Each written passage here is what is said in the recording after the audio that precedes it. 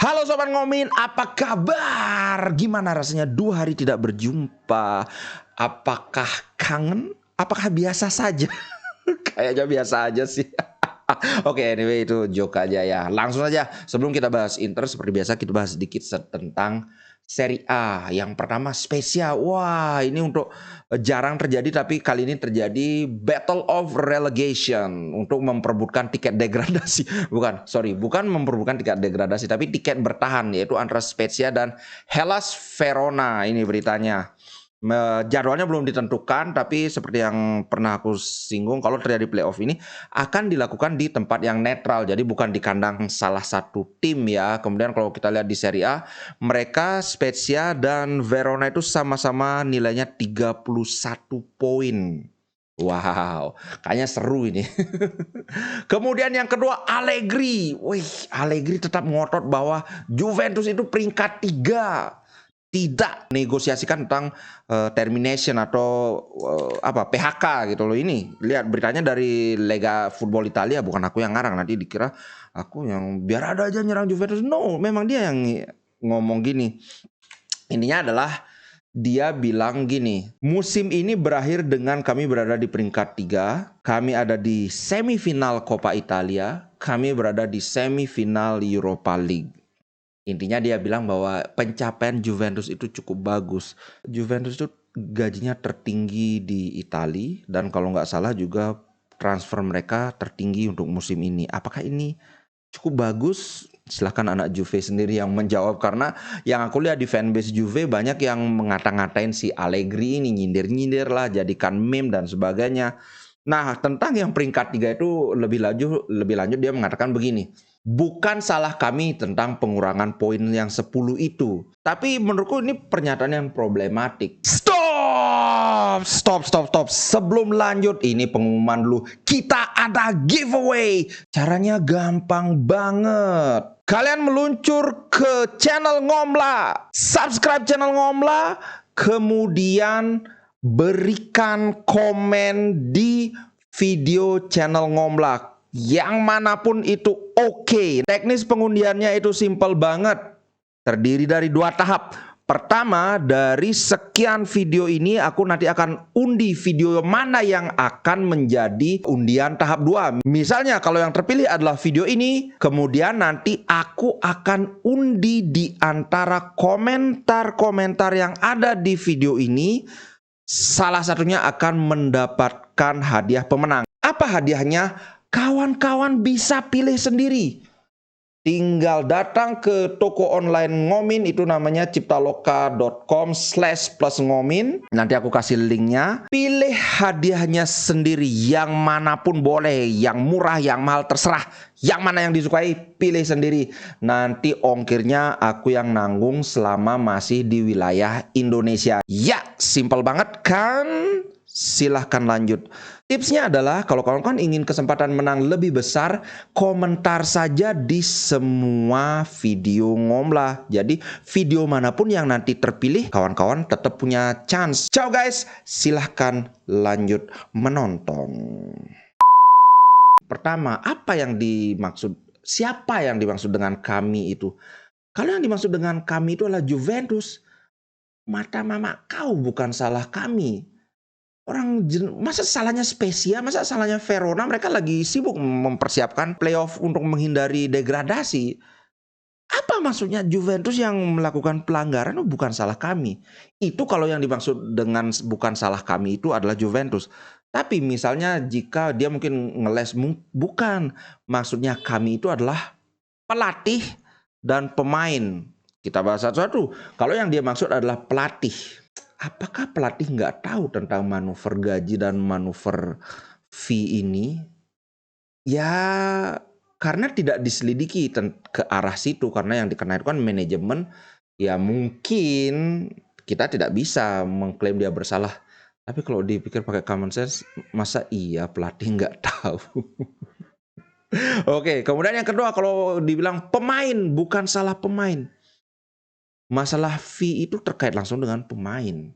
Itu satu. Kemudian yang kedua kan mereka punya pelanggaran gaji juga, soal gaji yang lagi-lagi aku ini kan ringkasannya adalah Juventus merilis berita bahwa di laporan keuangan itu gaji pemain itu dipotong 4 bulan. Padahal ternyata yang dipotong itu cuma 1 bulan. Dan pemain-pemain ini menyetujui itu. Jadi apakah ini artinya pemain tidak terlibat? Aku sih kurang bisa nerima alasannya ini ya. Ya mungkin dia masih sensi, masih baper gara-gara disingkirkan Inter itu kan dia dituduh, biar nggak salah kan, dituduh menyumpahin Inter biar peringkat di atas peringkat 6 finishnya. Ternyata sekarang Inter ada di peringkat 3, Juventus yang ada di peringkat di atas peringkat 6. Mungkin ini. Anyway, udah sekarang kita bahas Inter. Oke, 2 hari nggak berlanjut ada beberapa berita yang menarik. Pertama, ada 2 pemain Real Madrid yang sedang diincar oleh Inter Milan. Yang pertama, yang ini very close, yang sudah sangat dekat, yaitu Nacho Fernandes. Nacho Fernandes ini adalah pemain Spanyol, asli Real Madrid, umurnya 33 tahun, ini center back. Aku sih menurutku ini Nacho ini pemain yang cukup bagus, nggak istimewa, tapi ingat Acerbi umur 35 datang ke Inter. Siapa di sini yang berani bilang bahwa Acerbi tidak tampil istimewa di Inter? Aku nggak berani bilang tidak istimewa karena kenyataannya bahkan sering Acerbi itu tampil lebih bagus dari Bastoni, at least dari sisi defensif. Bandingkan Acerbi dengan De Vrij jelas. Bahkan kalau musim ini kawan-kawan bandingkan performa Acerbi dengan performa Skriniar, aku pilih bagusan Acerbi. Sorry buat kalau ada fansnya Skriniar. Ini bukan karena dendam karena Skriniar mau ke PSG, enggak. Gini penilaiannya objektif, menurutku bagusan Acerbi.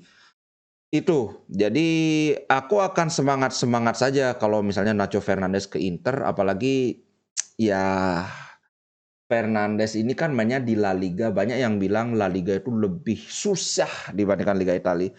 Ya kalau bener mungkin kalau logikanya dia sekarang main di liga yang lebih gampang daripada Liga Spanyol, mestinya dia perform lebih bagus. Tapi kita lihat aja nanti. Nah kemudian yang kedua selain Nacho Fernandes itu ada Dani Ceballos.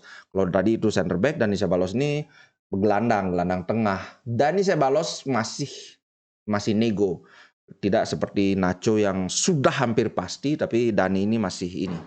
Bahkan si Nacho itu ada yang ini here we go gitu, tapi bukan si Fabrizio Romano yang bilang here we go. Katanya sudah deal di balik layar, tinggal tekan kontrak aja, tapi kita lihat aja. Kalau si Dani Ceballos, kita tunggu aja gimana, kalau benar-benar sudah ada kepastian baru aku update lagi ya. Kemudian lagi-lagi nih Hakimi. Banyak nggak mau Perisic udah tua, kalau Hakimi oke. Agennya bilang gini, dia mencintai Inter.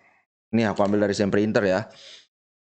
Tapi ini bukan tentang apa yang dia suka. Nah ini karena rumornya sudah kencang banget. PSG itu banyak pemain yang kecewa terhadap supporter PSG. Memang nyebelin sih PSG. Gimana aku pernah sampai bikin di Ngomla itu, Lionel Messi itu berapa? 21 assist, 20 gol. Pokoknya statsnya itu luar biasa gitu. Tapi Messi disorakin terus sama digituin sama pendukung PSG. Ini kan kurang ajar banget kan. Nah, bahkan Renato Sanchez juga waduh susah melihat ini pemain terbaik dunia disorakin kayak gini. Ini dari PSG, Sergio Ramos sudah pasti meninggalkan PSG. Kemudian Messi juga sudah dikonfirmasi oleh ininya, siapa namanya, Galtier ya. Ya benar, Galtier pelatihnya. Kemudian Neymar kemungkinan besar juga akan pergi dari PSG. Real Madrid sedang katanya di balik layar masih didekati oleh Real Madrid, padahal katanya Real Madrid ngambek, tapi nggak tahu juga. Kemudian Hakimi yang terakhir. Konon Hakimi juga gerah dengan suasana ruang ganti di PSG. Kayaknya ini bukan rahasia lagi ya, ada blok-blok gitu di ruang ganti PSG. Nah, rumornya dia benar-benar ingin balik ke Inter. Tapi agennya bilang ini bukan tentang apa yang dia suka. Kenyataannya adalah kontrak Hakimi itu masih 3 musim di PSG. Dan dia itu pemain yang istimewa. Di Piala Dunia dia tampil istimewa, di PSG juga tampil bagus. Benar-benar pesimis kalau Hakimi balik ke Inter, apalagi Agennya juga bilang gitu, agennya kan menghaluskan kan biar hubungannya dengan Inter baik, dengan PSG juga tetap baik. Ya dia suka di Inter, ya dia suka Kota Milan, tapi ya ini bukan tentang yang dia suka. Itu sih kawan-kawan, aku nggak usah lah terlalu berharap. Hakimi ini pemain mahal banget bro. Kalau kita masih zaman Moratti, masih dunia turah-turah, oke. Tapi sekarang nggak bisa, susah serius. Nah, ini tadi Dani Ceballos sudah kita bahas sedikit nyenggol tentang pertandingan lawan City. Nah, 9 katanya 9 dari 11 pemain itu sudah hampir pasti. Yang belum pasti itu adalah ada 2 pemain.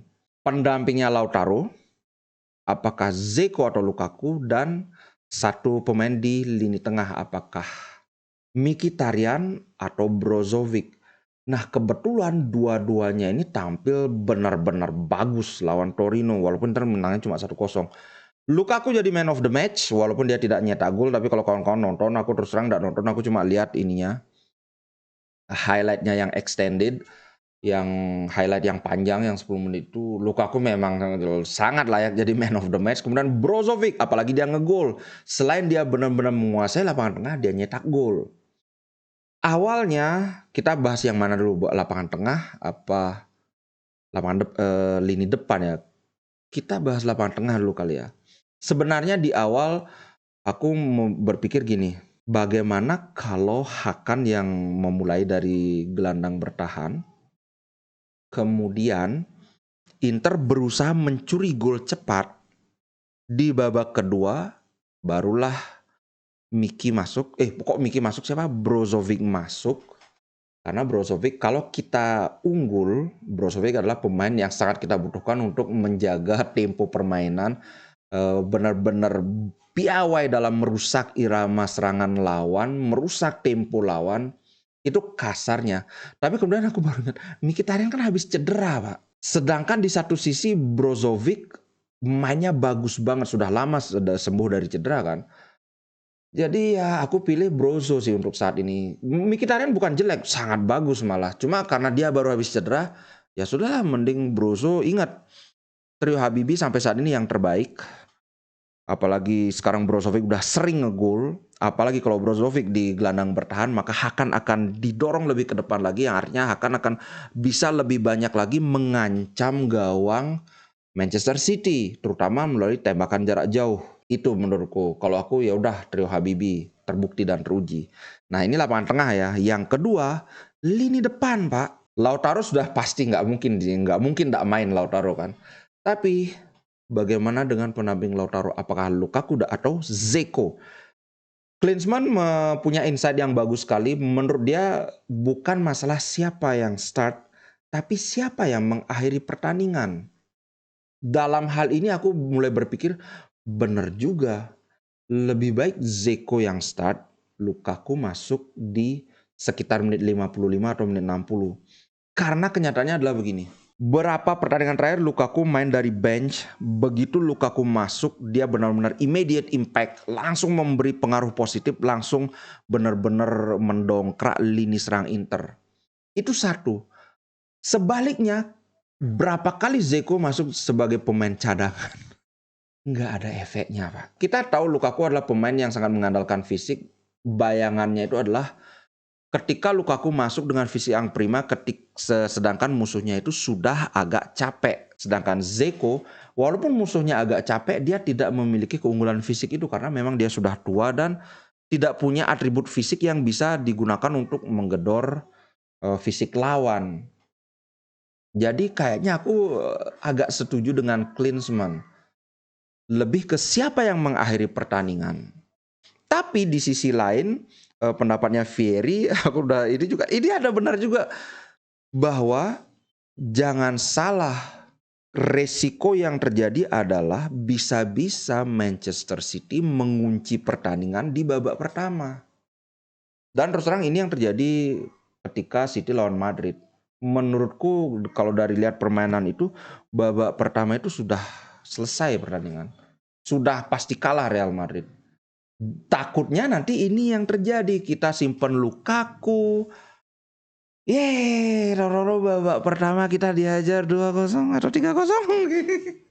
Ini yang ngeri. Oke, nanti kita akan bahas lebih lanjut lagi bagaimana. Kalau sementara sih aku lebih condong ke arah pendapatnya si Jurgen Klinsmann gitu. Kalau menurut kawan-kawan gimana nih? Apakah Lukaku atau Zeko? Faktor utama kenapa? Terus terang ya, setiap aku melihat Zeko main dari cadangan ini benar-benar nggak ada impactnya. Sedangkan Lukaku main dari bangku cadangan, boom, langsung meroket. Itu sih guys. Oke, itu aja dulu untuk konten kali ini. Sampai jumpa di konten berikutnya. Ciao. Inter Milan di dadaku, biru hitam warna darahku.